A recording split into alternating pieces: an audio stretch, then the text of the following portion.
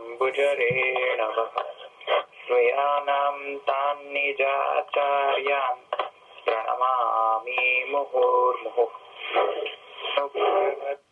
जन्तुः सर्वदुःखातिगो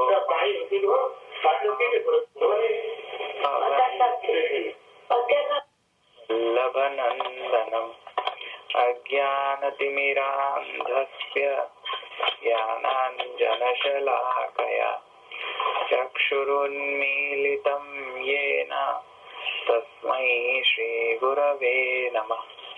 नमामि हृदये शेषे लीलाक्षीराब्धिशायिनम् लक्ष्मीसहस्रलीलाभिसेव्यमानं कलानिधिम् चतुर्भिश्च त्रिभिस्तथा षड्भिर्विराजते योऽसौ पञ्चधा हृदये मम।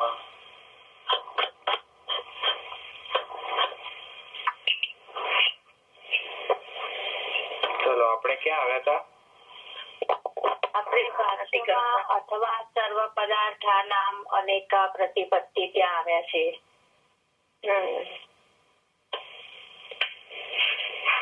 આપણે વિરોધ કર્મણી અનેક પ્રતિપત્તિ દર્શનાર્થ એ સૂત્ર ચાલે છે. એમાં અથવા સર્વ પદાર્થાનામ છે ને ત્યાંથી આપણે બાકી છે.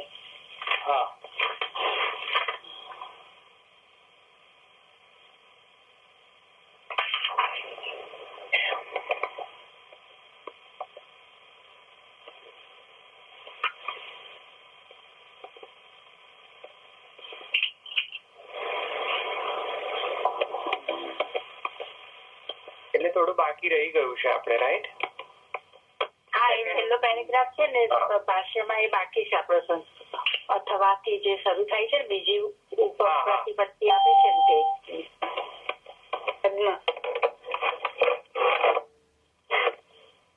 ઓકે.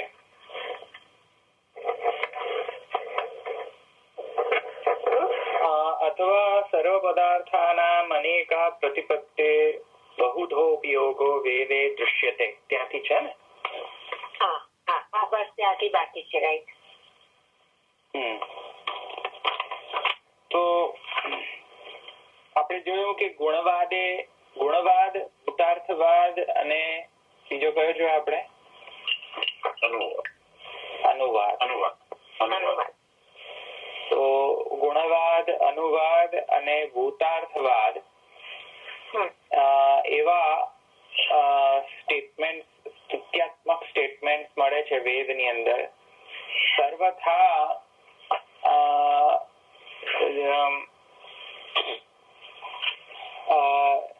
જે સ્ટેટમેન્ટ જે છે પૂર્વકાંડમાં એમાં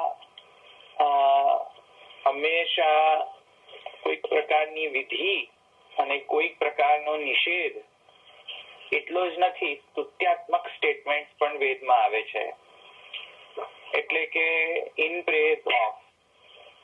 અને એ બધા જે સ્ટેટમેન્ટ છે વિધિ નિષેધ એ બધા સ્ટેટમેન્ટની એડિશનમાં પણ જો આવા પ્રેઝ કરનારા જો સ્ટેટમેન્ટ વેદની અંદર આવતા હોય તો પૂર્વ પક્ષ આપણો હતો જૈમિની દ્વારા ઉત્પન્ન, કે જે વેદના પાર્ટની અંદર પ્રિસ્ક્રિપ્ટિવ સેક્શન છે, એટલે કે કોઈ પણ વસ્તુ પ્રિસ્ક્રાઇબ્ડ હોય અને એક સેક્શન ડિસ્ક્રિપ્ટિવ સેક્શન છે ઓફ વેદ, જેમાં જસ્ટ ખાલી ડિસ્ક્રિપ્શન હોય. તો કોઈ વસ્તુ પ્રિસ્ક્રિપ્શન હોય સેક્શન અને કોઈક વસ્તુ ડિસ્ક્રિપ્ટિવ સેક્શન હોય, તે બંનેની અંદર કોણ કોનો અંગ છે એ વાતમાં ઝઘડો છે. અને એમાં જે રાહુ વેદાંતિઓ છે અને કબંધ મીમાંસકો છે, મેં તમને પહેલા સમજાવ્યું હતું. તો એમાં કબંધ મીમાંસકો એમ કહે છે કે કર્મ જે છે એ અંગી છે અને જ્ઞાન જે અંગ છે. આ બહુ અવાજ આવે છે, રાઈટ? હા, કોઈનું મ્યુટ ખુલી ગયું છે. વચ્ચે વચ્ચે બહુ ડિસ્ટર્બન્સ આવે છે. હા તો ક્યાં હતો? હા પ્રિસ્ક્રિપ્ટિવ અને હા તો કબંધ મીમાંસકો જે છે તે એમ કહે છે કે કર્મ જે છે એટલે કે in short prescriptive statement, prescriptive section, વિધિ નિષેધ વાળો જે સેક્શન જે છે વેદનો, એટલે કે પૂર્વકાંડમાં. તો પૂર્વકાંડનો જે સેક્શન છે મીમાંસકો કહે છે કે વેદનો તાત્પર્ય કર્મમાં છે, જ્ઞાનમાં નથી. કારણ કે જ્ઞાન, વોટ ઇઝ જ્ઞાન? It is just a description. જ્ઞાન પ્રિસ્ક્રિપ્ટિવ ના સેક્શન નથી, ડિસ્ક્રિપ્ટિવ સેક્શન છે. એ જસ્ટ ડિસ્ક્રાઇબ કરે કે બ્રહ્મ કેવો છે, બ્રહ્મ આવો છે, બ્રહ્મ વિરુદ્ધ ધર્માશ્રયી છે, બ્રહ્મ સત છે, બ્રહ્મ આનંદ છે, બ્રહ્મચિત છે, આવા બધા બ્રહ્મ ભૂમા છે, ઇત્યાદિ ઇત્યાદિ ઇત્યાદિ જે છે તે જ્ઞાનકાંડનો વિષય છે. અને પૂર્વકાંડનો વિષય શું છે? શું કરવું, શું ન કરવું. આવ્યું ને સમજમાં? તો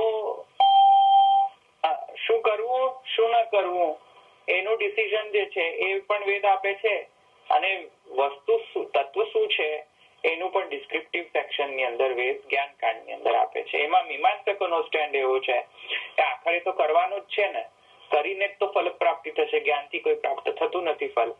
તેથી કર્મ જે અંગી છે અને જ્ઞાન જે છે તે તેનો અંગ છે. આટલું સમજમાં આવ્યું ને? એટલે કે હા, એટલે કે મીમાંસકો એમ કહે છે, પૂર્વ મીમાંસકો, કબંધ મીમાંસકો આપણે કહીએ છીએ. જો કે મીમાંસકો નો અર્થ જુદો છે, પણ અહીંયા આગળ આપણે કબંધ મીમાંસકો ના અર્થમાં લઈએ છીએ. તો કબંધ મીમાંસકો એમ કહે છે કે કર્મ જે છે એ જ વેદનો તાત્પર્ય છે. આવે ને સમજમાં?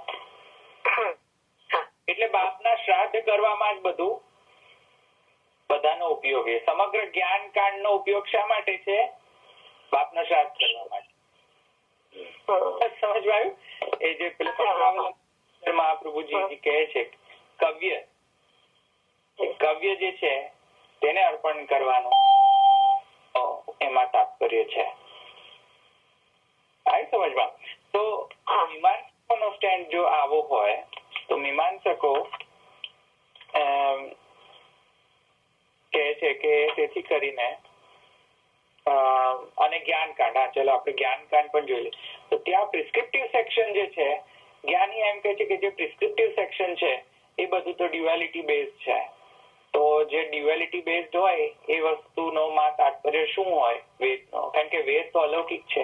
અલૌકિક વસ્તુનો અલૌકિક ફલપ્રદ હોવો જોઈએ વેદ, કારણ કે વેદ અલૌકિક છે.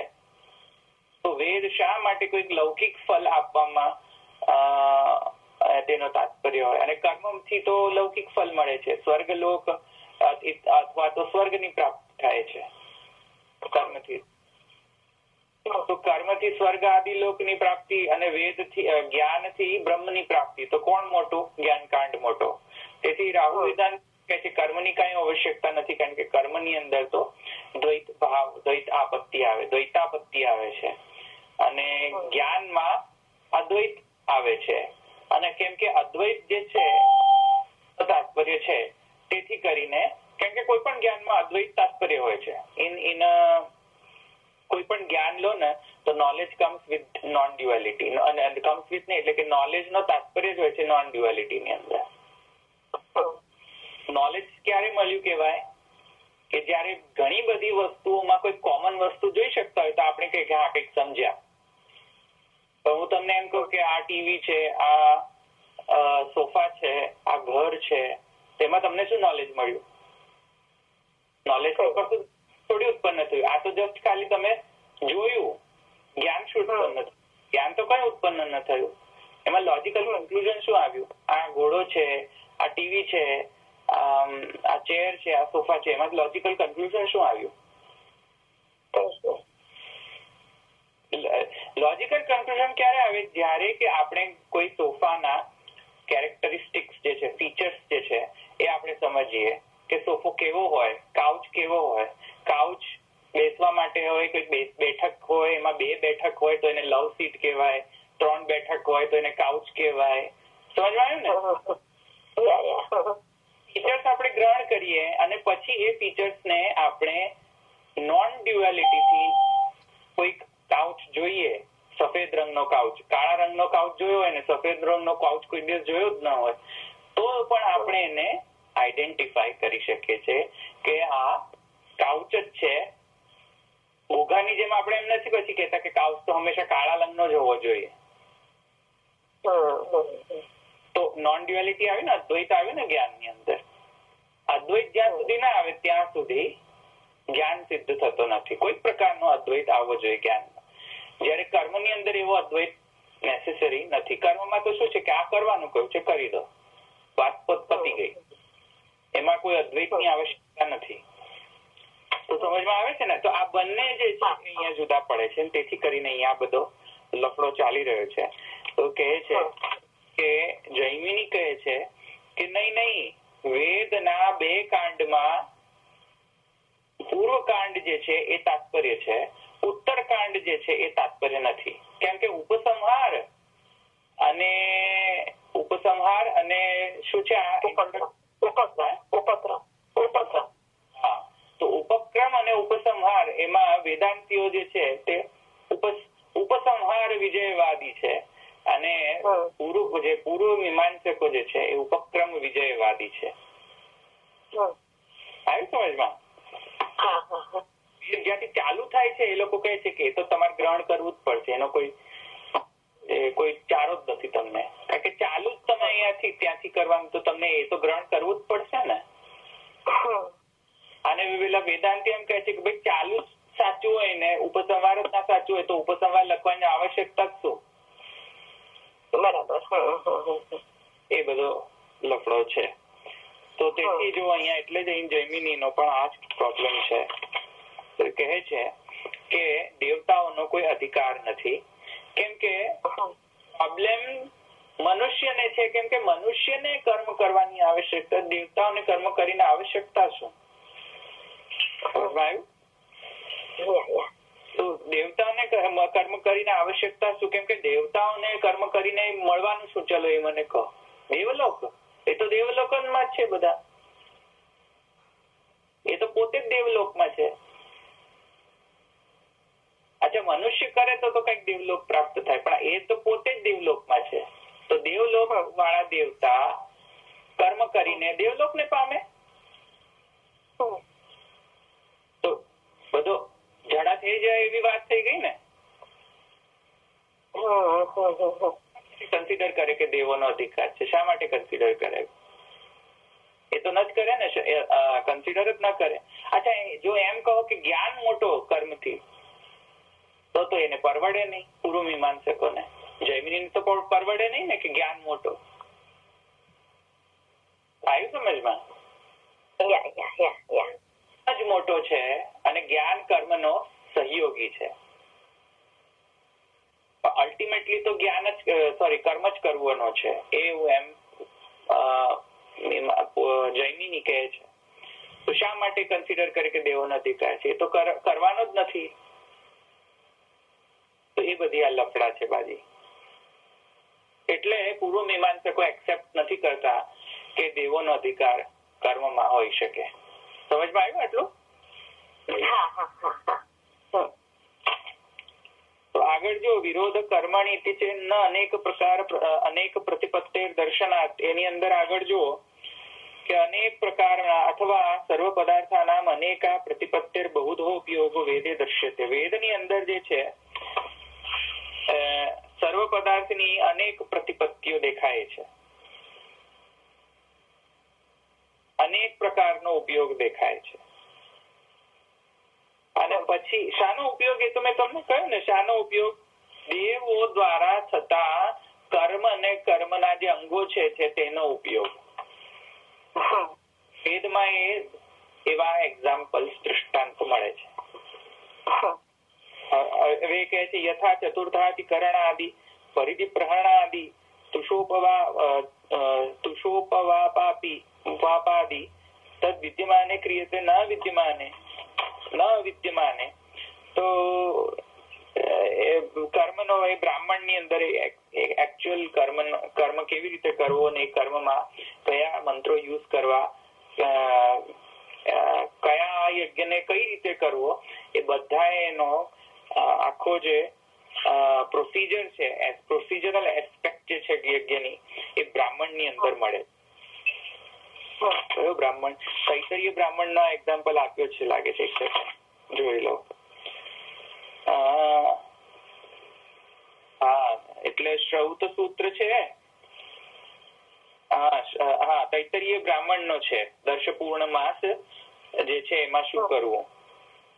દર્શપૂર્ણ માસ જે છે એના ઈષ્ટિની અંદર આ બધા પુરોડાશ ના 4 ભાગ કરવા ઇત્યાદિ ઇત્યાદિ બધો પ્રોસિજર મળે છે. એમાં આપણે જવાની કોઈ જરૂર નથી, આપણે કઈ કરવાના છે નહીં યજ્ઞો, આપણે કઈ કરવાનું નથી. પણ અહીંયા દર્શપૂર્ણ માસ નો અહીંયા પ્રોસિજરલ એસ્પેક્ટ આપેલી છે.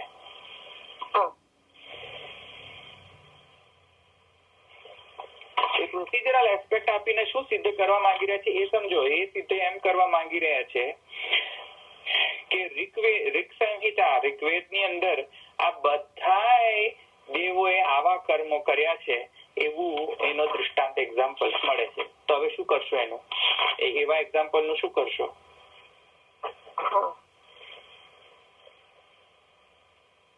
થાય ને સમજમાં? તો એ તો દેવો તો કરે છે, એક્ઝામ્પલ મળે છે આપણને વેદની અંદર કે દેવોએ આ યજ્ઞ કર્યો.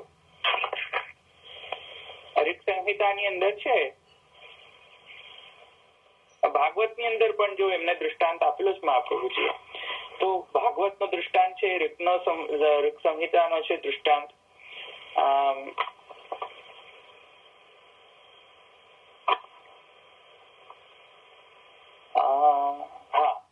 તથા ક્યાં ગયું? હા, તથા યત્ર યે પદાર્થા ન સંતિ તત્ર કર્મ તદભાવેપી ભવતિ.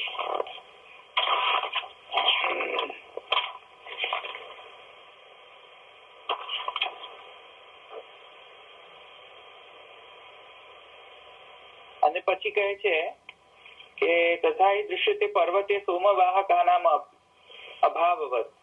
એક એક્ઝામ્પલ આપ્યો છે કે સોમવાહકાનો અભાવવત. એવા એક રૂલ ત્યાં એમ છે કે સોમવલ્લી લેવા જાઓ, યજ્ઞને કરવા માટે સોમવલ્લી લેવા જાઓ, તો સોમવલ્લી નો જે ગાડો જે છે એ ગાડો લઈને જાઓ એના રસ્તે.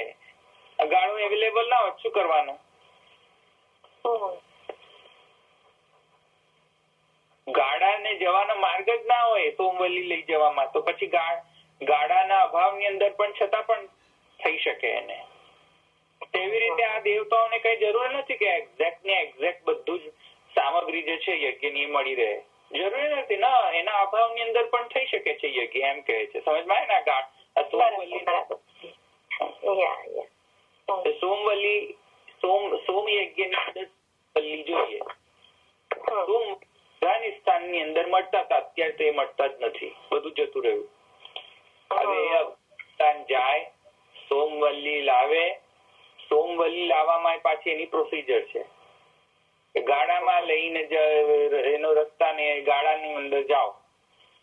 ગાડાને જવાનો માર્ગ જ ના હોય તો ક્યાંથી ગાડું લઈ જવાનું?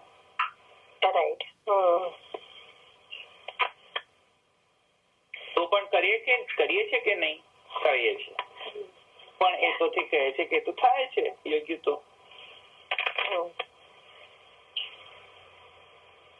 હવે પછી કહે છે તેથી કરીને આ તો કોઈ આ બધી પ્રતિપત્તિઓ છે, આમાં કોઈ પણ દેવો ન કરી શકે એવું ક્યાંય એવું સિદ્ધ થતું નથી. આગળ જો બીજો પછી ભાગવત નો પણ ત્યાં એક્ઝામ્પલ આપે છે કે પુરુષા અવયવૈરહમ તમેવ પુરુષમ યજ્ઞમ ઇત્યાદિ વાક્ય સર્વભૃત્યુપપત્તિશ્ચ આધુનિકાન પ્રતિ વેદ વિભાગાત જૈમિને તથા નિર્ણયઃ તસ્માત કર્માધિકાર કર્મકરણ પર્યપી સિદ્ધમ. તેથી કરીને કહે છે કે જૈમિની નો જે છે એ કેમ કે એક જ વેદના જ્ઞાતા છે જૈમિની, અને તેથી કરીને જે જૈમિની જે છે તેમણે બધાયનો પ્રકાશ નથી પાડ્યો, સમગ્ર વેદનો પ્રકાશ નથી પાડ્યો, કેમ કે એક વેદજ્ઞ છે જૈમિની, અને જૈમિની મુનિના આવા વેદજ્ઞતાના કારણે તેમણે જે અલ્પ બુદ્ધિ વાળા જે મનુષ્ય, અત્યારના જે મોડર્ન મનુષ્ય જે છે તેમને સમજમાં આવે, તેથી કરીને આવા બધા સિદ્ધાંતો કહે છે. બાકી જે સર્વ વેદજ્ઞ હોય તેમના દ્વારા આવા સિદ્ધાંતો ન બોલી શકે, તેમના દ્વારા આવા સિદ્ધાંતો તો નું પ્રતિપાદન ન થઈ શકે. તો જૈમિની જે છે એમના એક વેદજ્ઞતાના કારણે આવી રીતે નિર્ણય કરે છે. તો હવે જો એ બધા ઘણા બધા પ્રોબ્લેમ્સ હવે નેક્સ્ટ સૂત્રમાં આવે છે. નેક્સ્ટ સૂત્રમાં ભયંકર બધા પ્રોબ્લેમ્સ પૂર્વ પક્ષી દેખાડે છે. એમાં આપણે પેલા પૂર્વ પક્ષી સમજીએ કે દેવો જો કર્મ કરતા થઈ જાય તો શું શું પ્રોબ્લેમ થાય. હવે જો નજીલી બાબત છે, દેવનો અધિકાર છે કે એમાં કેટલું બધું એ ખેંચે છે, તમે જુઓ છો ને. એ આપણને નજીલી બાબત લાગે છે, વેદાધ્યયન અને અધ્યાપન કરનારા માટે બહુ સિરિયસ મેટર છે. એવી જેવી રીતે પ્રભાકર અને પ્રભાકરનો જે કોણ છે પેલો પ્રભાકરનો કુમારીલ ભટ્ટ અને પ્રભાકર મિશ્ર, તો આ બંને ને કટ્ટર દુશ્મન. હવે એ છે કે અધ્યાપન વિધિ થી અધ્યયન વિધિ આવે છે, એક કહે છે કે અધ્યયન વિધિ થી અધ્યાપન વિધિ આવે છે. બોલો આ કેટલી નાની બાબત છે. અને બંને એટલા બધા ઝઘડા છે કે એકદમ સેપરેટ એ લોકોનો ઇન્ટરપ્રિટેશન છે. આખો તદ્દન અલગ જ ઇન્ટરપ્રિટેશન છે એમનો, સમગ્ર વેદનો. કુમારીલ ભટ્ટ અને પ્રભાકર છે મીમાંસક, છતાંય પાછા બંને શાબર ભાષ્યમાં પાછા એમને લખ્યા છે, શાબર ભાષ્ય ઉપર શબરાચાર્ય. સમજમાં આવ્યું? તો બંને એકદમ, એક કહે છે કે નહીં અધ્યાપન વિધિ થી અધ્યયન વિધિ આવે છે, બીજો કહે છે નહીં અધ્યયન વિધિ થી અધ્યાપન વિધિ આવે છે. એટલે અધ્યાપન તો સમજો ને, અધ્યાપન એટલે ટુ ટીચ, અધ્યયન એટલે સ્ટડી. તો ટુ ટીચ એટલે study comes due to teaching, or teaching comes due to study, due to the need of study. અરસ પડત છે, એકબીજા ઉપર તો આધાર રાખે છે. But what comes first? પેલું ભણવું, અધ્યયન કરવું. What comes first? એવું નહીં પરસ્પર આધાર રાખે, પરસ્પર તો આધારે બધાને ખબર પડે. What comes first? પેલા ભણે પછી ભણાવે ને. એ તમને પ્રાઇમા ફેસી એવું લાગે છે, પણ મહાપ્રભુજી અધર વે રાઉન્ડ એક્સેપ્ટ કરે, પ્રભાકર નો મત એક્સેપ્ટ કરે છે. પ્રાઇમા ફેસી આપણને એમ લાગે છે કે પહેલા અધ્યયન જ કરવું જોઈએ ને પછી અધ્યાપન થાય, પણ વિધિના પ્રમાણે જાઓ પહેલા અધ્યાપન વિધિ ટ્રિગર્સ ધ અધ્યયન વિધિ. હા, એ પ્રભાકર મત ને એક્સેપ્ટ કરે છે મહાપ્રભુજી. મહાપ્રભુજી જે પેલા એને નથી એક્સેપ્ટ કરતા, કુમારીલ નથી આપણામાં, પત્રાવલંબનમાં ચોખ્ખું ક્લિયર કરેલું છે. કુમારીલ Bhatt we accept Prabhakar in that respect. Prabhakar says that અધ્યાપન વિધિ થી અધ્યયન વિધિ આવે છે. કેમ કે અષ્ટવર્ષમ બ્રાહ્મણમ ઉપનયિત તમ અધ્યાપયિત. 8 વર્ષના બાળકને અધ્યાપન કરાવવો, વેદાધ્યાપન કરાવવો, અધ્યાપન કરાવવું. સમજમાં આવ્યું? તમ ઉપનયિત તમ અધ્યાપયિત, એકદમ ક્લિયર કટ. આપો અને એને ભણાવો 8 વર્ષના બાળકને, બ્રાહ્મણ બાળકને. તમે ભણેલા હોય તો ભણાવો ને. પણ હું એ જ તો કઉ છું કે એમાં તમે પેલો ટાઈમ ના ક્રોનોલોજી થી નહીં વિચારો. ટાઈમ નો ક્રોનોલોજી થી નહીં વિચાર. તમે ભણેલા હશો તો ભણા. પ્રોબ્લેમ એ છે કે અધ્યાપન વિધિથી અધ્યયન આવે છે કે અધ્યયન વિધિથી અધ્યાપન આવે છે. એટલે કે પહેલા કોની રિસ્પોન્સિબિલિટી છે? બાળકની રિસ્પોન્સિબિલિટી જાતે અધ્યયન કરે ના. બાળક તો બાળક છે. 8 વર્ષના બાળકને અધ્યાપન વિધિ કરાવવાનું કયું છે તો બાળકને થોડી ખબર પડે સ્ટડી કરવાનું છે. એ તો બેસાડવું પડે ને જબરદસ્તી કે બેસ ભાઈ. તો અધ્યાપન એ પહેલી વિધિ છે. એ રિસ્પોન્સિબિલિટી ફર્સ્ટ રિસ્પોન્સિબિલિટી છે. પછી then comes the responsibility to study. પહેલા રિસ્પોન્સિબિલિટી કોની? બાળકની કે પેલા ટીચરની? ટીચરની. બાળકની કેવી રીતે હોય? બાળકને તો બાળક છે, બાળકને તો ખ્યાલ પણ નથી. અધ્યયન કરવાનું છે, ખ્યાલ હોય?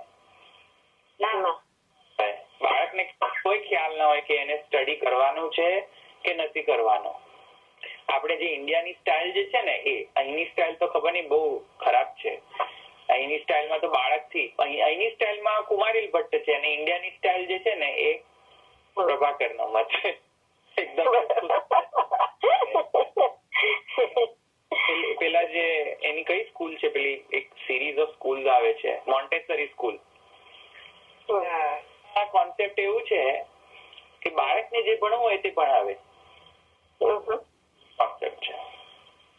એટલે કે તમે એમને કહો ને કે ભાઈ આ કોઈક સમયમાં બાળક ગયું સ્કૂલમાં મોન્ટેસરી સ્કૂલમાં.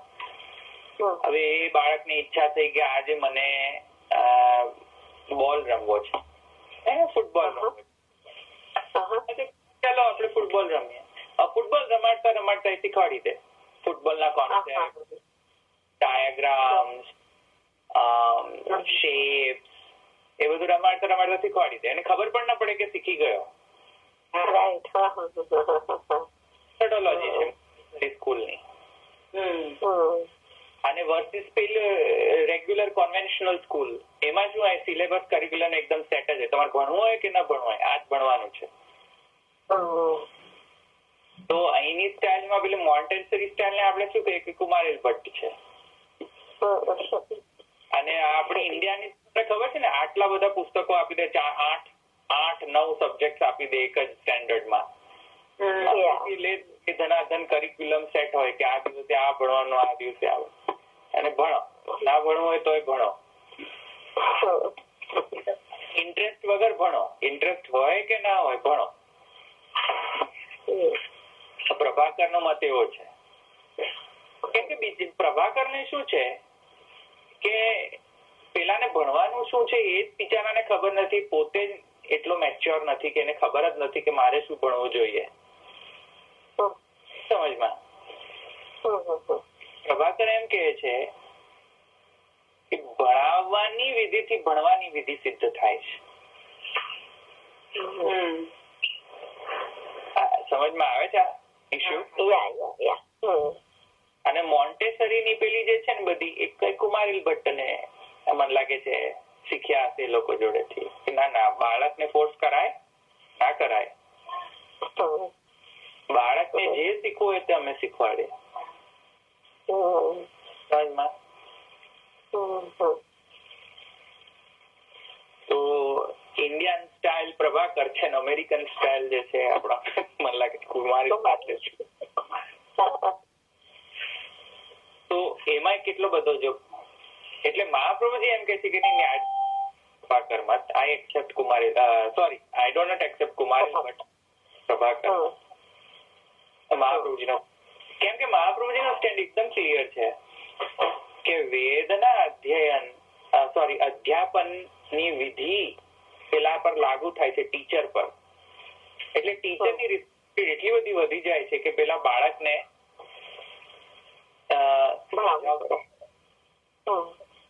અને વર્સિસ કુમારીલ ભટ્ટની અંદર પ્રોબ્લેમ પ્રોબ્લેમ શું થાય છે કે ટીચરની કોઈ રિસ્પોન્સિબિલિટી નથી. એ તો બાળકને ભણવું હોય તો ટીચરને કહે છે. તો બાળકને તો ખબર જ નથી વેદમાં શું આવે છે. આટલા મોટો સબ્જેક્ટ શું ભણાવે કે બાળક થોડી ડિસાઈડ કરે. તો બાળકને ભણવું છે તેથી ભણાવવું કે ભણાવવું છે તેથી ભણવું?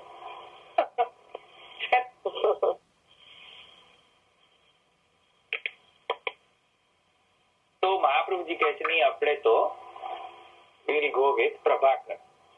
સમજમાં આવ્યું?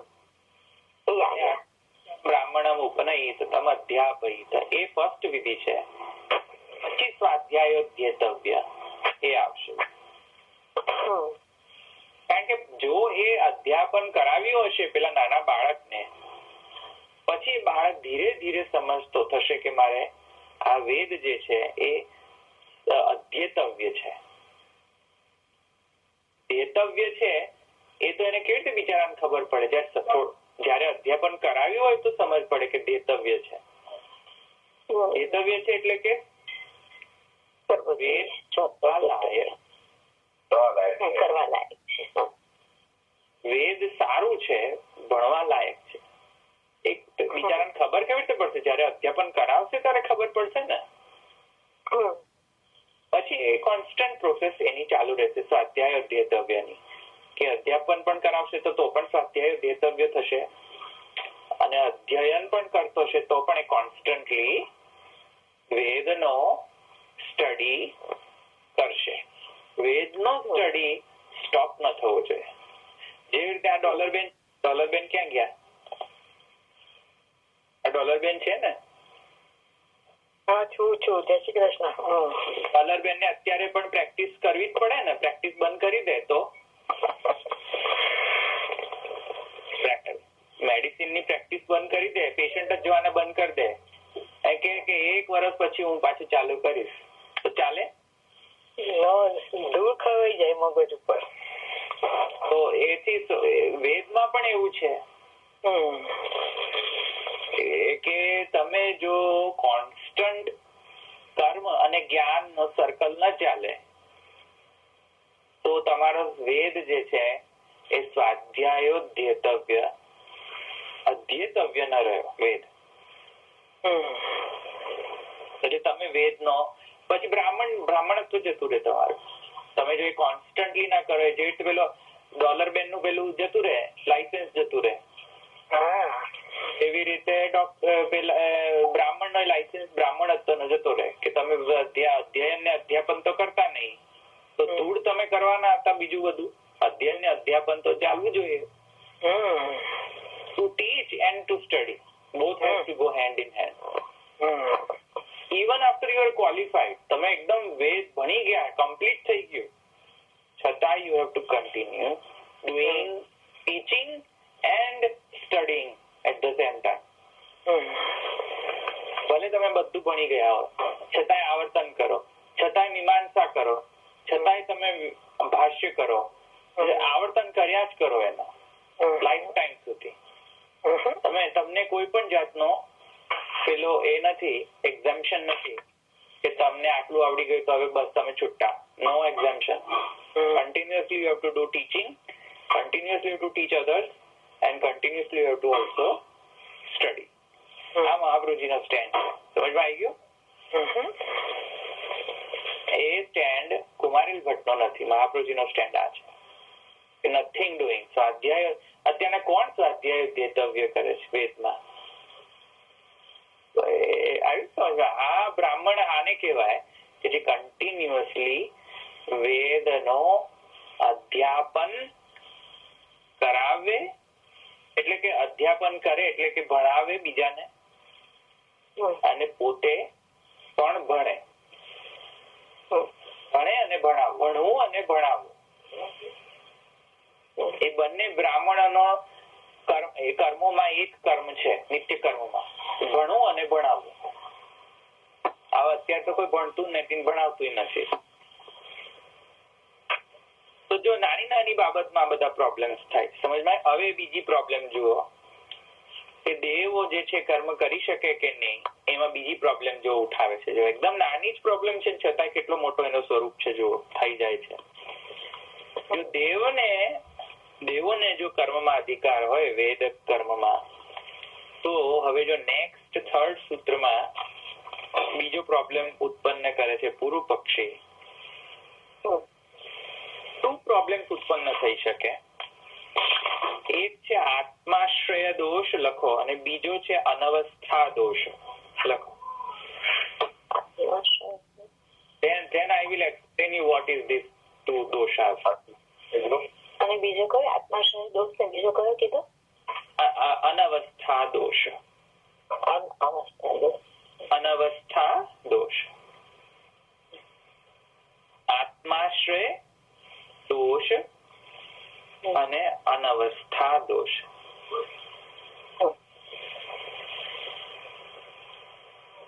લખ્યું? હા. હવે જો પહેલા અનવસ્થા દોષ જે છે એનું ઇંગ્લિશ ટ્રાન્સલેશન જુઓ. એનું છે ઇન્ફાઇનાઇટ રિગ્રેશન.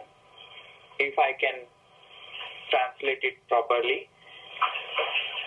ઇન્ફાઇનાઇટ રિગ્રેશન કહેવાય ને અનવસ્થાને. ઓલરાઈટ, સમજમાં આવ્યું? ઇન્ફાઇનાઇટ રિગ્રેશન એટલે જો સમજો પ્રોબ્લેમ છે એક જાતની લોજિકમાં. એક પ્રોબ્લેમ છે, લોજિકનો એક ફોલ્ટી પિટફોલ છે. લોજિક એવો ના હોવો જોઈએ કે it leads two infinite regression. એવો નો લોજિક ના કરવો જોઈએ કોઈ દિવસ. હવે એ પિટફોલમાં શું હોય છે, હું એક્ઝામ્પલ થી આપ સમજાય નહીં તો it will become too complex. Infinite regression હવે પિટફોલ એવો છે, પછી આ સમજ પડશે ને, તો એ બહુ અઘરું પડી જશે તમને આ થર્ડ સૂત્ર. એટલે ઇન્ફાઇનાઇટ રિગ્રેશન નો દોષ એવો હોય છે કે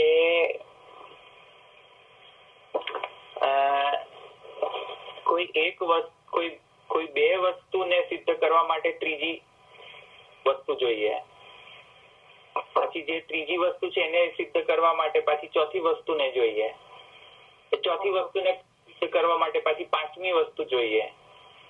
આ તો નિવેડો જ ના આવે. પાંચમી વસ્તુને છઠ્ઠી વસ્તુને સિદ્ધ કરવા માટે સાતમી વસ્તુ, તો it goes on and on and on and on. તો ઇન્ફાઇનાઇટ થઈ ગયું, રિગ્રેસ થઈ જાય ઇન્ફાઇનાઇટ.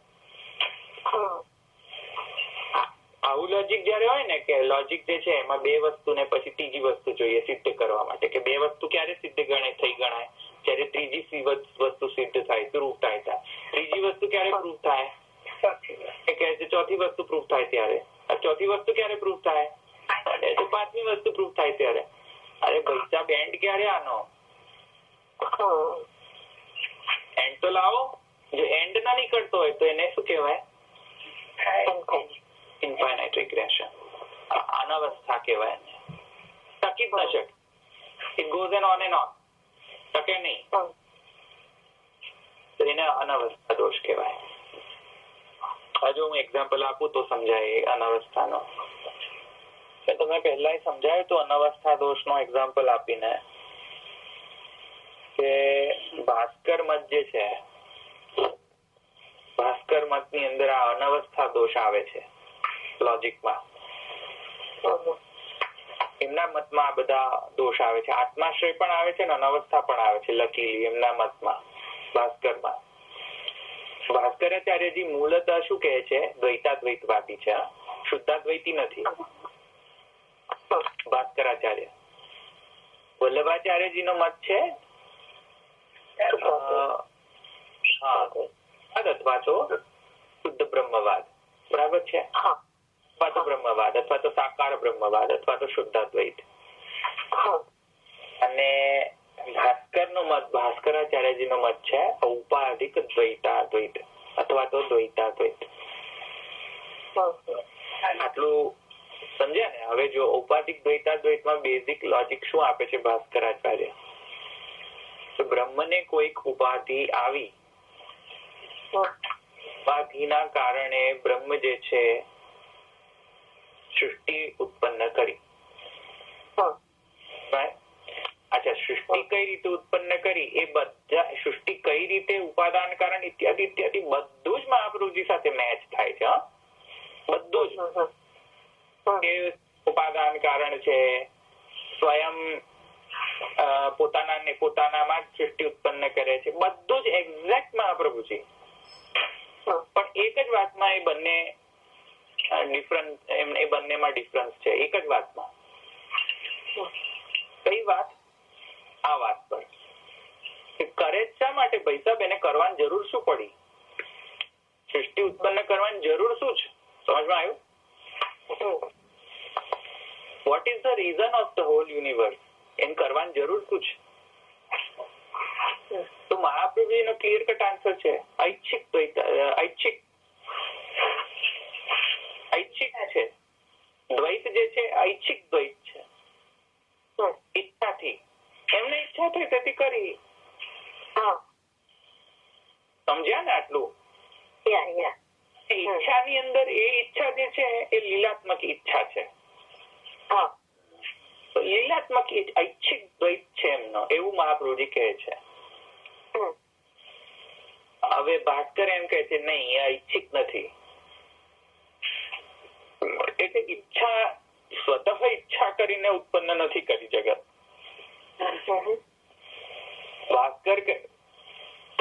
ભાસ્કર એમ કહે છે કે સ્વતઃ ઈચ્છા કરીને જગત ઉત્પન્ન નથી કર્યું. ભાસ્કર એમ કહે છે કે કોઈ પ્રકારની ઉપાધિ ના કારણે જગત ઉત્પન્ન થઈ ગયું. હવે ઉપાધિ નો મતલબ તમને સમજાય ને? ઉપાધિ એટલે ઉપસમીપે.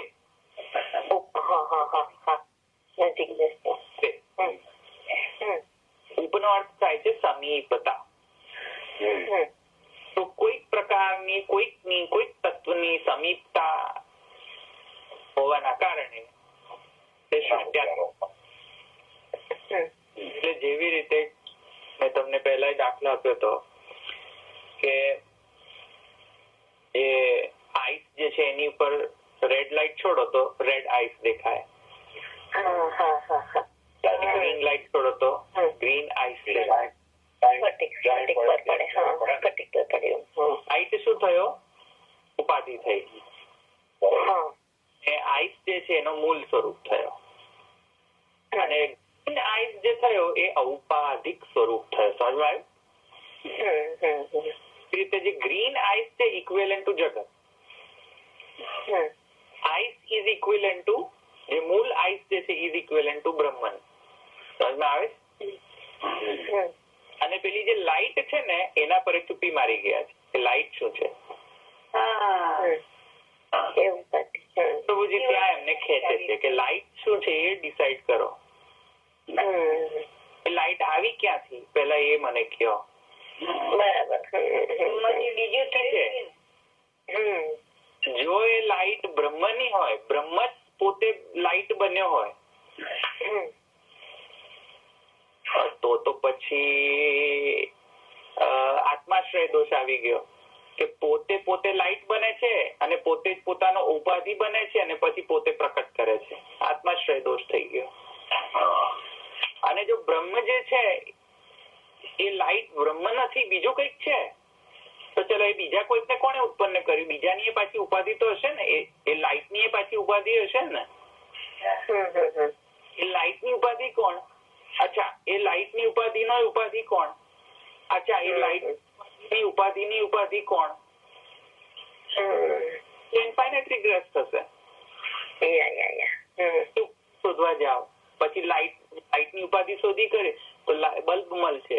અચ્છા, બલ્બ ક્યાંથી લાઈટ જનરેટ કરી? ઇલેક્ટ્રિસિટી. ચલો ઇલેક્ટ્રિસિટી પાસે જાઓ પૂછવા. અચ્છા, આ તો હું દ્રષ્ટાંત આપું છું ઇન્ફાઇનાઇટ રિગ્રેસ. તો કે ક્યાંથી જનરેટ થઈ? તો કે છે કે તો મેં મિકેનિકલ એનર્જી થી જનરેટ કરી. હવે મિકેનિકલ એનર્જી ક્યાંથી જનરેટ કરી? હવે તો કોઈક વિન્ડમિલ કે કઈક થી જનરેટ થઈ. અચ્છા, હવે વિન્ડમિલ ને જાઓ પૂછો. આ તો પાર જ ના આવે પૈસા. ઇન્ફિનિટ રિગ્રેસ થઈ ને આ બધી વાત. મહાપ્રભુજી કહે છે એ બધાને સ્ટોપ કરવા માટે એક જ ઉપાય છે, ઐચ્છિક માની લો, પતી ગઈ વાત.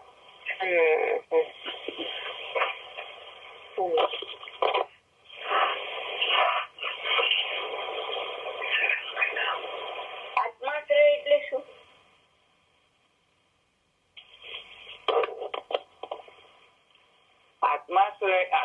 આત્માશ્રય એટલે પોતે જ પોતાનો રીઝન કારણ બની જવું, પોતાનો કારણ બની જવું અને પછી દોષ ઉત્પન્ન કરવું. તો આત્માશ્રય થઈ ગયો ને દોષ. એટલે મેં તમને પેલા એક્ઝામ્પલમાં બતાવ્યું હતું ને કે જો બ્રહ્મ પોતે જ લાઇટ થયો હોય તો લાઇટ થયો જ કેવી રીતે ભાઈ સાહેબ? then થયો જ કેમ? જો લાઇટ જે છે, ઉપાધિ રૂપ લાઇટ જે છે એ બ્રહ્મ પોતે જ બન્યો હોય તો બન્યો જ શું કરવા માટે? પહેલા ઇન ધ ફર્સ્ટ પ્લેસ ઉપાધિ. સીધી એમ કહી દો ને કે ઈચ્છા કરી મેં, ઉપાધિ લાવવાની જરૂર શું? સમજમાં આવે છે વાત લોજિક ની? એટલે એ પણ ઉપાધિ જેવું થયું ને? ના, તો હું તમને એક્ઝામ્પલ આપું છું. આત્માશ્રય તો ઘણી બધી જગ્યાએ થશે, ઘણી બધા સિચ્યુએશનમાં. આ તો મેં તમને એક એક્ઝામ્પલ આપ્યો. એ રીતે કોરસ્પોન્ડન્સ, થિયરી ઓફ કોરસ્પોન્ડન્સમાં પણ અનવસ્થા દોષ લાગે છે, ઇન્ફાઇનાઇટ રિગ્રેશન થાય છે. પ્રમાણનો એક બીજી એક થિયરી છે, થિયરી ઓફ કોરસ્પોન્ડન્સ. એટલે થિયરી ઓફ કોરસ્પોન્ડન્સ શું કહે છે? પેલા પેલું સમજમાં આવી ગયું ને આત્માશ્રય? પેલા ઔપાધિક દ્વૈતાદ્વૈત ની અંદર. હવે જો બીજો એક્ઝામ્પલ જો ઇન્ફાઇનાઇટ રિગ્રેશન અનવસ્થાનો. થિયરી ઓફ કોરસ્પોન્ડન્સ યથાર્થાનુભવ પ્રમા એવી ડેફિનેશન છે. એટલે કોઈ પણ પ્રમાણના 3 પ્રકારની theory. To get a knowledge and to check the validity of your knowledge. પ્રમાણ means what? To check the validity of your knowledge. Valid knowledge is called as પ્રમાણ. આટલું સમજમાં આવ્યું? અત્યારે વેદ ને બધું જવા દો. અત્યારે just think from the logic perspective. What is knowledge? Sorry, what is praman? Praman by definition is valid knowledge. સમજમાં આવે છે ને એકદમ? અત્યારે તો થોડું લોહી પીવા દો તો થોડુંક. હવે તો what is praman? Praman is valid knowledge. હવે વેલિડ નોલેજ, વેલિડિટી કઈ રીતે ચેક કરવાની? હવે પ્રોબ્લેમ થઈ ને. હવે એટલે એક વાત એક્ઝામ્પલ આપું, જે બાવા ઘણી વખત એક્ઝામ્પલ આપે છે અણુભાષ્યના ક્લાસમાં. એ એક જે છે પુષ્પ ફૂલ આપ્યું, કાગળનો ફૂલ આપ્યો ને. હવે તમને કે દૂરથી કેવો કે આ કાગળનો ફૂલ છે કે રિયલ ફૂલ છે? એકદમ લાગે એકદમ એવો જ રિયલ ફૂલ જેવો જ. પણ દૂરથી કે પેલા જુઓ કે તમને ટચ કર્યા વગર જુઓ તો કે આ રિયલ છે કે આર્ટિફિશિયલ છે ફ્લાવર.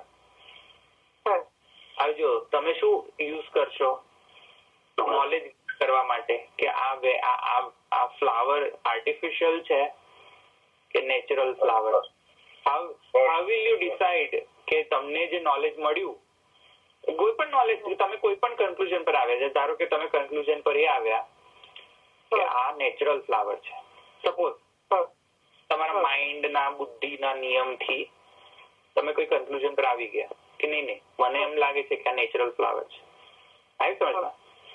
હવે એને ટેસ્ટ કેવી રીતે કરવાનું? વેલિડિટી કેવી રીતે ચેક કરવાની? ટેસ્ટ કઈ રીતે કરશો? સિમ્પલ ક્વેશ્ચન છે, આન્સર કરો. બહુ મોટી વાત છે.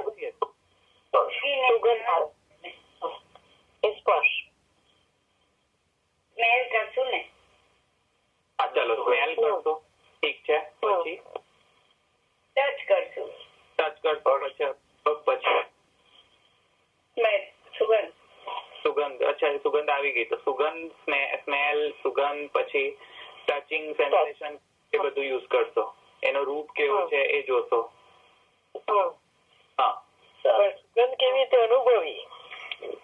હા, સુગંધ કેવી રીતે અનુભવી એ બીજો પ્રશ્ન થશે.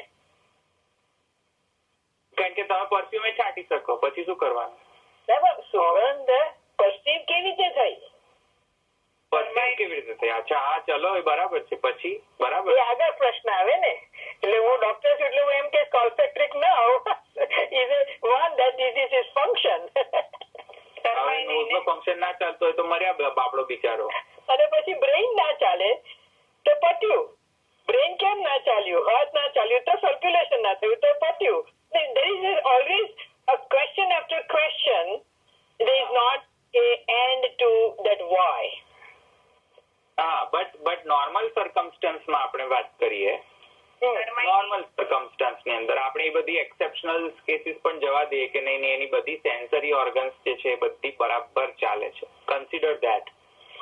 નાઉ ટેલ મી કે to test the validity of your knowledge, અનુમાન કરો. એવું ને એવું છે કે એ કરમાય નહીં, અનુમાન કરો. અનુમાન કરો. અચ્છા, પછી બીજા શું જવાબો છે? ચાલો, એક જવાબ તો એવો આવ્યો કે કરમાતો નથી, એટલે કદાચ આપણને ખબર પડી જાય કે મારો નોલેજ વેલિડ હતો. વેલ, ફાઇન, વેરી ગુડ. પછી ક્યાંથી પ્રાપ્ત થયું છે? પ્રાપ્ત તો ગમે ત્યાંથી, તમારે શું નિસ્બત છે? આર્ટિફિશિયલી બનાવી હોય ને ખરેખર છોડ પ્લાન્ટ ઉપરથી આવી છે એ જાણવું. એની તમે જો મીમાંસા જિજ્ઞાસા કરવા જશો તો પાર જ નહીં પામે ને, ક્યાંથી પ્રાપ્ત થયું. ચાલો, અવસ્થા થઈ જાય કે પ્રાપ્ત ક્યાંથી કર્યું. ચાલો, ઠીક છે. પછી ચાલો, એટલે એનો ઇન શોર્ટ જો તમને કે યથાર્થાનુભવ પ્રમાણ ડેફિનેશન પ્રમાણે શું કહે છે, scriptures give you how to validate your knowledge. Okay, તમને સત્તા બતાડે છે શાસ્ત્ર. તમને ચેક કરવું છે કે ફૂલ કેવો છે, તમારી અન્ડરસ્ટેન્ડિંગ રાઈટ છે કે રોંગ છે, એ જો ચેક કરવું હોય તમને, તો પહેલી મેથડ એ છે કે જેવો એ દેખાય છે એવો તમને, જેવો છે એવો તમને અનુભવાતો હોય તો એ વેલિડ છે. ધ્યાન રાખજો, ફરીથી ડેફિનેશન. જેવો એ છે વસ્તુ એવી જ તમને એક્સપિરિયન્સ થઈ રહી છે બધી 5 ઇન્દ્રિયોથી, તો એ વેલિડ જ્ઞાન તમારું વેલિડ. હવે જો આમાં કેટલો બધો રિગ્રેશન છે જુઓ તમે. એટલે વસ્તુ જેવી છે તેવી, અને વસ્તુ જે તમને સમજાય એ, 3 વસ્તુ થઈ ગઈ ને. હવે વસ્તુ જેને સમજવાની છે તે, એ વસ્તુ જેવી છે તેવું એ જ્ઞાન, અને જે જ્ઞાન તમને મળ્યું એ 3 વસ્તુ થઈ ને. અચ્છા, હવે જો ઇન્ફાઇનાઇટ રિગ્રેશન કેવી રીતે થાય છે થિયરીમાં, વસ્તુ જેવી છે એવી જો તમને દેખાય તો એ વેલિડ જ્ઞાન કહેવાય. એ ડેફિનેશન પ્રમાણે વસ્તુ જેવી છે એ જેવી છે એની ડિસિઝન પાછું કોણ લાવશે? લાવવાનું હતું. જેવી છે તેવી જ તમને અનુભવાય. અરે પણ જેવી છે એવી પણ કેવી છે એ પાછું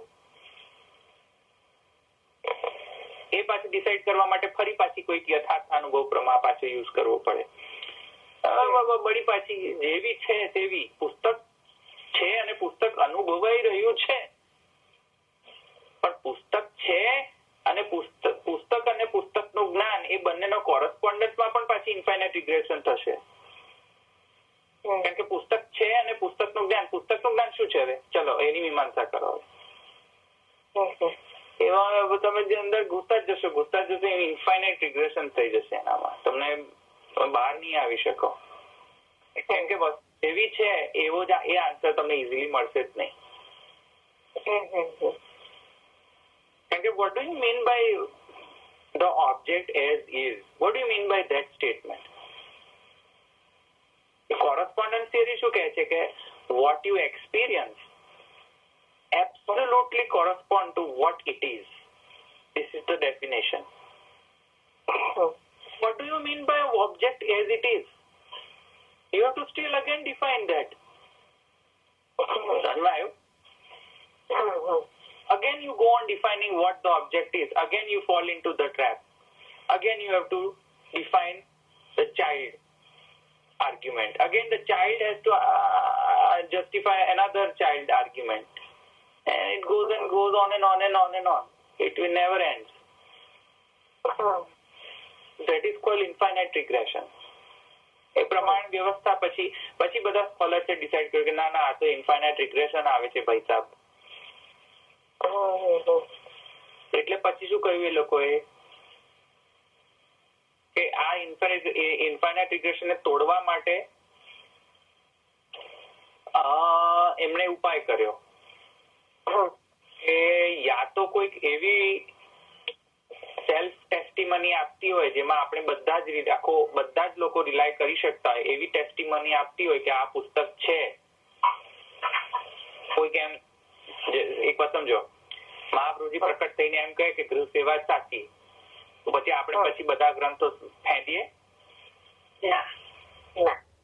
ન ફેંદીએ ને. પછી પુસ્તક ની કે આવે ત્યારે સ્વયં ધર્મી આવીને કહે કે આ સાચું છે. પુસ્તક ફેંદવાની કોઈ જરૂર ખરી? પુસ્તક વાંચવાની જરૂર ખરી? તો એ સેલ્ફ ટેસ્ટિમની થઈ ગઈ ને, એકદમ 100% કરેક્ટ હોય. તો એવી કોઈ વ્યક્તિ તમારી ટેસ્ટિમની આપી દે કે આ પુસ્તક છે, તમારે એમાં ટેસ્ટિંગ કરવાની કોઈ જરૂર નથી નોલેજના વેલિડિટીની. કદાચ એ આવીને તમારું રિગ્રેશન તોડી દે તો તૂટે, નહીં તો એ રિગ્રેશન તૂટે જ નહીં. સમજાયું? એટલે બિચારો ફિલોસોફરની તકલીફ શું હોય કે પુસ્તકને સિદ્ધ કરવા માટે બિચારો કલાકો વિચાર કરતો હોય અને પછી કોઈ ત્રીજો વ્યક્તિ આવીને કે ભાઈ શું વિચાર્યા કરે છે, આ પુસ્તક જ છે, તો પછી બધું રિગ્રેશન બંધ થઈ જાય ને.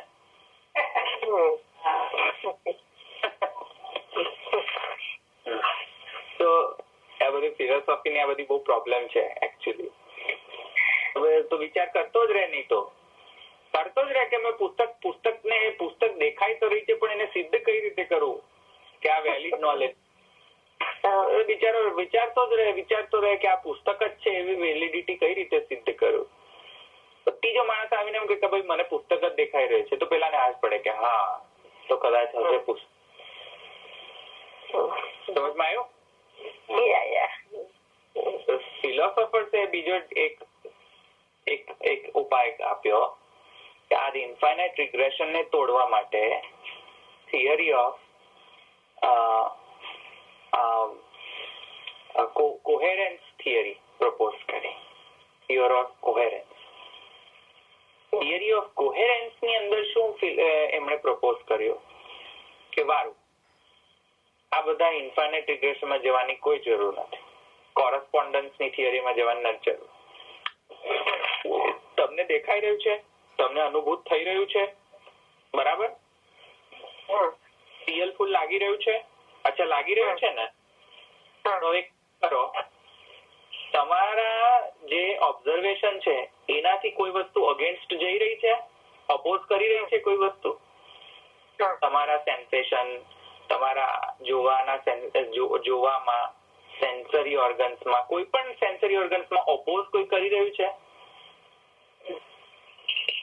જો અપોઝ કરતું હોય તો પછી તમારું જ્ઞાન ઇનવેલિડ છે. જો બધા જ સેન્સરી ઓર્ગન્સ કોઈ પણ અપોઝ ન કરતું હોય તો તમારું વેલિડ જ્ઞાન છે. સમજમાં આવ્યું?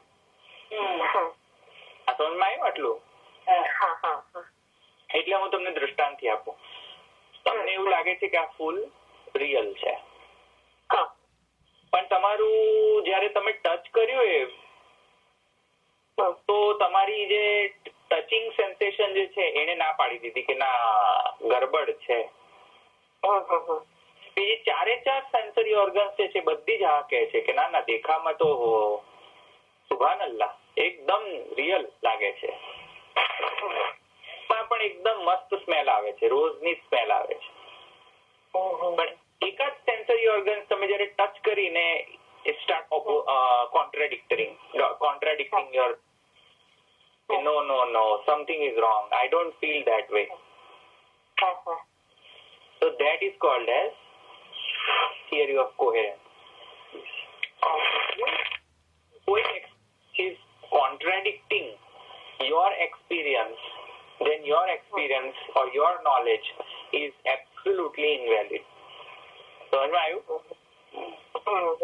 Yeah. That is called as theory of Okay. coherence. Mahaprabhuji આ થિયરી ઓફ કોહેરન્સ ના બેસિસ પર ઘણું બધું એમણે સિદ્ધ કરેલું છે. થિયરી ઓફ કોહેરન્સ જે છે વેરી વેરી વેરી ઇમ્પોર્ટન્ટ. કોઈ પણ વસ્તુને સમજવું હોય theory of coherence comes to our rescue. Valid knowledge શું છે એને પ્રાપ્ત કરવા માટે થિયરી ઓફ કોહેરન્સ યુઝ કરે. તો થિયરી ઓફ કોહેરન્સમાં પાછી બધા શાસ્ત્રકારોએ એમાંથી પ્રોબ્લેમ્સ કાઢ્યા. થિયરી ઓફ કોહેરન્સ સાથે પ્રોબ્લેમ શું છે? ફેરી ટેલ છે. ફેરી ટેલ છે, ફિક્શન સ્ટોરી. ફિક્શન સ્ટોરી જે છે તમે વાંચી રહ્યા છો પુસ્તકની અંદર.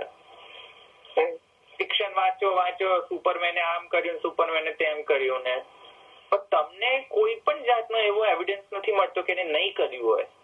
એવું મળે છે? નહીં કર્યું એવો એવિડન્સ કોઈ મળે છે કે સુપરમેન નથી એવો એવિડન્સ છે તમારા પાસે? નથી. સુપરમેને આવું નહીં કર્યું હોય એવો એવિડન્સ છે? નથી. અચ્છા, સુપરમેન કરી ન શકે આવું બધું, એને ઓપોઝ કરનારો કોઈ એવિડન્સ છે? ના. સાયન્સમાં બધી બહુ ટેકનોલોજી છે કે સુપરમેન જેવું કોઈ કરી શકે, રાઈટ? ફિલોસોફર શું સિદ્ધ કરી બેસશે? All fiction stories are real. ખરેખર રિયલ જ નથી. આ સમજમાં આવે છે ને આ પ્રોબ્લેમ?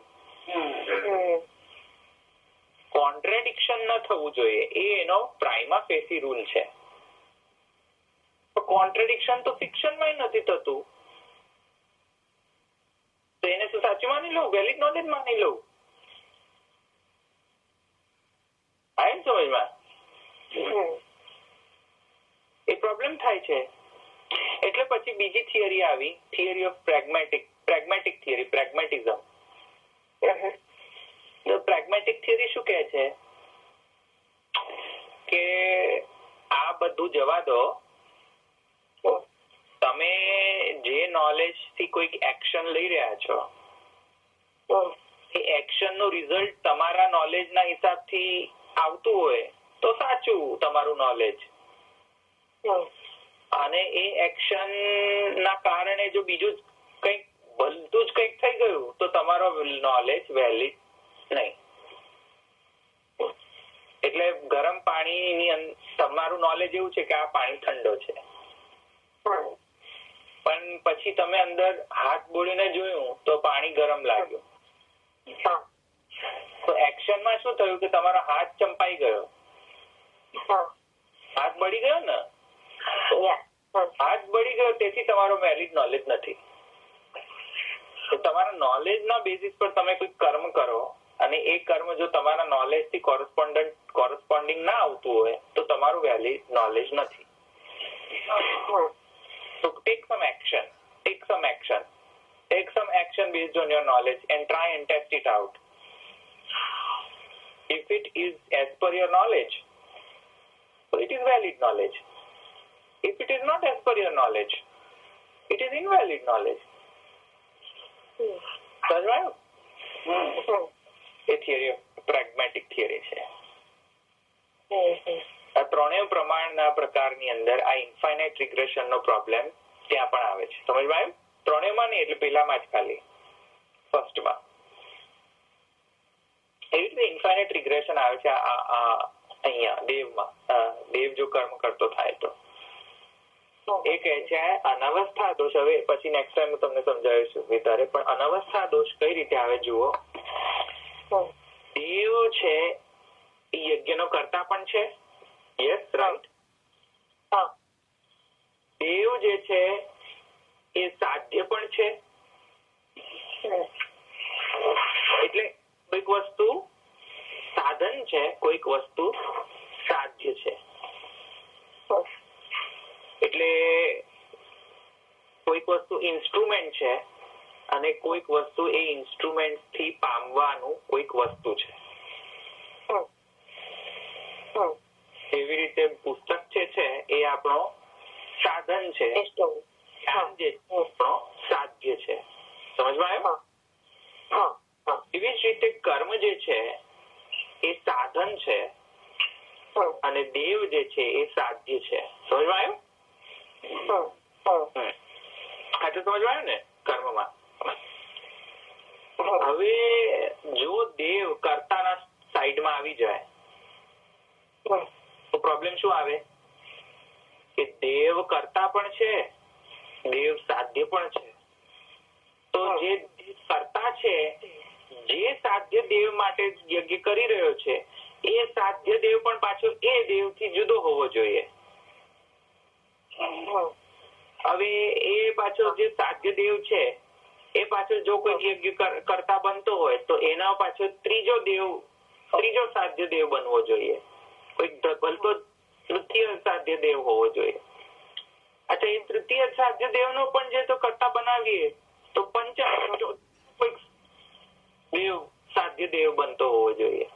તો આ તો કન્ટિન્યુઅસલી ચાલતું જ રહે. કોણ સાધ્ય ને કોણ કોનો કરતા? સમજમાં આવ્યું?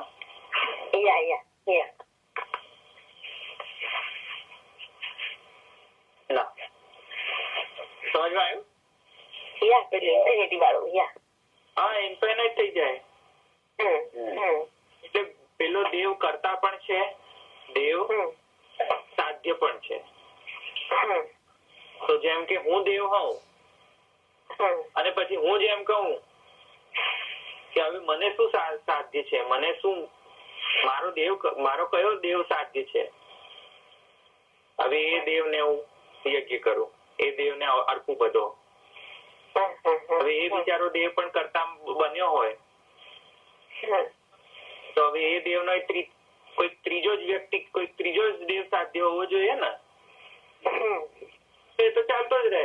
એવી સાધ્ય જે છે એ પણ પાછો કરતા બની જાય તો એ પાછો બીજો ચોથો સાધ્ય દેવની ઉપાસના કરે. હવે ચોથો દેવ જે છે એ પણ પાછો કરતા છે. ચાલતું જ રહે. તો કોઈ એન્ડ જ પાર જ ના આવે કોણ સાધ્ય ને કોણ કરતા. તો એ પૂર્વ પક્ષી કહે છે અહીંયા તો અનવસ્થા દોષ છે. આવું કઈ રીતે હોય? આવું પોસિબલ નથી. હવે આ નેક્સ્ટ ટાઈમ રાખીએ, નેક્સ્ટ ટાઈમ લઈશું. ઓકે, ચાલો અહીંયા રાખીએ. ત્રણેયના ચરણાના કેરો ભરોસો, ત્રણેયના ચરણાના કે શ્રી વલ્લભ નખ ચંદ્ર છટા બીના સબ જગમાં જય અંધેરો ભરોસો, ત્રણેયના ચરણાના કેરો साधन और नहीं या कली में होय निवेरो, सूर का कहे द्विविधांधरो, बिना मोल को चेरो भरोસો, प्रणयना चरण नखेरो. वल्लभाधीश की जय. श्री गोपीनाथ प्रभु चरण की जय. श्री गोसाई जी परम दयाल की जय. श्याम सुंदर शिवने महारानी की जय. श्री द्वारिकाधीश की जय. सर्वे वैष्णव जय श्री कृष्ण. જય શ્રી કૃષ્ણ. જય શ્રી કૃષ્ણ.